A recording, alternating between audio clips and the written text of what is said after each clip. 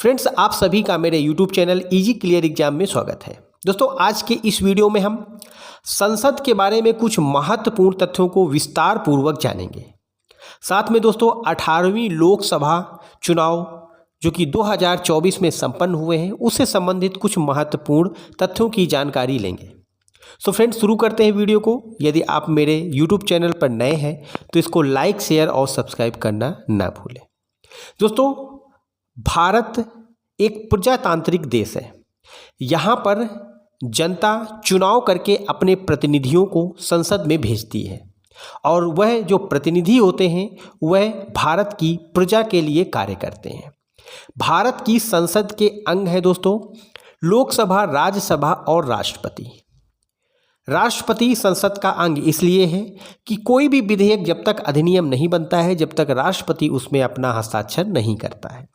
लोकसभा को निम्न सदन कहा जाता है और राज्यसभा को उच्च सदन। लोकसभा के सदस्य जनता द्वारा प्रत्यक्ष रूप से चुने जाते हैं, जैसे कि 18वीं लोकसभा के चुनाव हाल ही में मई-जून 2024 में संपन्न हुए हैं। राज्यसभा के सदस्य अप्रत्यक्ष रूप से विधानसभाओं के सदस्यों के द्वारा चुने जाते हैं।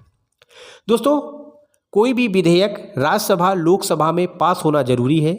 उसके पश्चात अधिनियम बनने से पहले राष्ट्रपति उसमें हस्ताक्षर करता है, तभी विधेयक अधिनियम बनता है। इसके साथ साथ दोस्तों संघ की कार्यपालिका सदस्य राष्ट्रपति, प्रधानमंत्री, महान्यायवादी, उपराष्ट्रपति और मंत्रिमंडल, यह संघ की कार्यपालिका के सदस्य होते हैं। दोस्तों, लोकसभा जो कि निम्न सदन है, जिसमें भारत की जनता अपने प्रतिनिधियों को चुन करके भेजती है। इसके बारे में कुछ महत्वपूर्ण तथ्य, जैसे कि अनुच्छेद 81 में लोकसभा के गठन और उसकी संरचना से संबंधित जो विवरण है वो दिया गया है। सदस्यों की अधिकतम संख्या भारत के संविधान में लोकसभा के लिए 552 निर्धारित की गई है। उसमें से राज्यों से अधिकतम 530 सदस्य हो सकते हैं और केंद्र शासित प्रदेशों से अधिकतम 20 सदस्य। 2 एंग्लो इंडियन जो सदस्य होते हैं उनको भारत के राष्ट्रपति के द्वारा नामित किया जा सकता है। दोस्तों, 104वें संविधान संशोधन अधिनियम 2019 के द्वारा एंग्लो इंडियन का जो प्रावधान था भारत की लोकसभा के लिए, उस प्रावधान को हटा दिया गया है। अब कोई भी एंग्लो इंडियन सदस्य भारत की संसद के लिए राष्ट्रपति नामित नहीं करता है। साथ ही में विभिन्न राज्यों की जो विधानसभाओं में एंग्लो इंडियन नाम नामित करने का जो प्रावधान था उसको भी इसी अधिनियम से समाप्त कर दिया गया है। तो वर्तमान में एंग्लो इंडियन को ना ही संसद में मनोनीत किया जाता है और ना ही भारत की किसी भी विधानसभा में। तो एंग्लो इंडियन समुदाय का जो पार्टिसिपेशन था, वो भागीदारी थी, अब वह भारत के संसद में खत्म हो चुकी है। दोस्तों, आगे जानते हैं लोकसभा में वर्तमान की क्या स्थिति है। दोस्तों, वैसे तो भारत के संविधान में 552 सीटों का उल्लेख है, लेकिन वर्तमान में कुल 543 सीटों के लिए चुनाव हुए।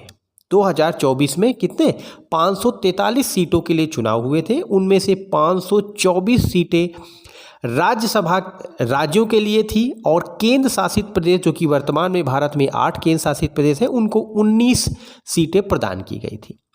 18वीं लोकसभा का चुनाव दोस्तों 19 अप्रैल से 1 जून 2024 तक हुए। कुल 7 चरणों में यह चुनाव हुए थे। रिकॉर्ड इतिहास, भारत में पहली बार 44 दिन तक चुनाव प्रक्रिया चली, जिसमें 64.2 करोड़ लोगों ने मतदान किया था और इस बार रिकॉर्ड 31.2 करोड़ महिलाओं ने भी मतदान किया। चुनाव के नतीजे 4 जून 2024 को जारी किए गए। दोस्तों, 18वीं लोकसभा में कुल सांसदों की जो संख्या थी वह 543 थी, जिसमें से जनरल के लिए 412 सीटें थी, एससी के लिए 84 सीटें और एसटी के लिए 47 सीटें। तो आप ये समझ लीजिए दोस्तों कि किसी भी दल को या गठबंधन को 272 सीटें बहुमत के लिए आवश्यक थी।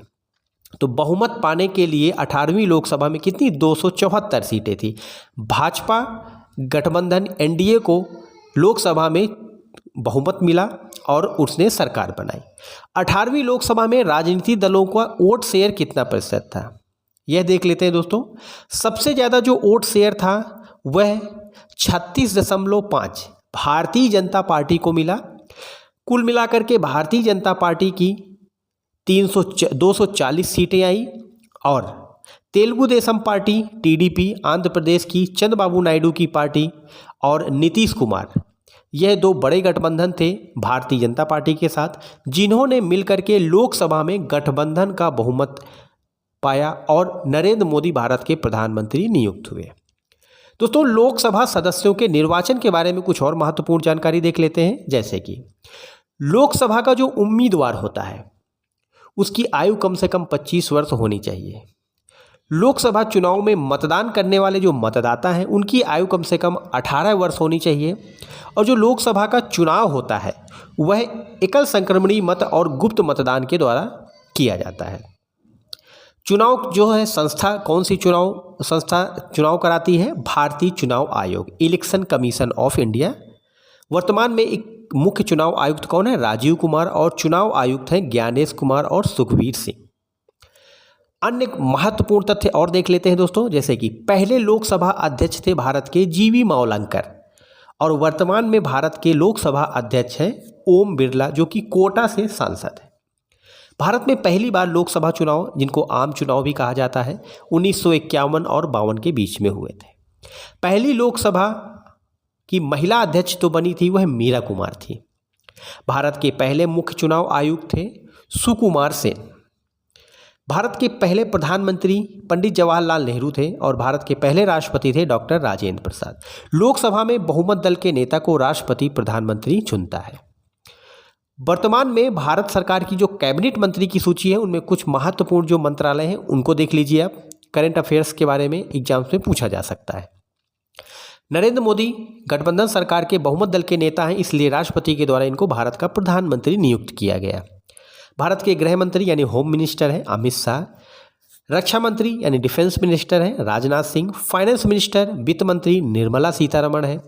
जल शक्ति मंत्री हैं CR पाटिल और कृषि मंत्री हैं वर्तमान में शिवराज सिंह चौहान। शिवराज सिंह चौहान लगातार 3 बार मध्य प्रदेश के मुख्यमंत्री चुने गए थे और इस बार भारत सरकार में वह केंद्रीय मंत्री हैं। विदेश मंत्री हैं S जयशंकर। वाणिज्य उद्योग मंत्री हैं पीयूष गोयल और वर्तमान में सड़क परिवहन मंत्री हैं दोस्तों नितिन गडकरी। शिक्षा मंत्री हैं धर्मेंद्र प्रधान। सूक्ष्म और लघु उद्योग मंत्री हैं जीतन राम मांझी। कपड़ा मंत्री हैं वर्तमान में, जिसको वस्त्र उद्योग मंत्री भी कहा जा सकता है, गिरिराज सिंह। तो दोस्तों, भारत की लोकसभा के बारे में बहुत ही महत्वपूर्ण तथ्य है दोस्तों। भारत का लोकतंत्र का मंदिर कहा जाता है किसको? संसद को। संसद के 2 अंग, लोकसभा और राज्यसभा। तो दोस्तों, इस वीडियो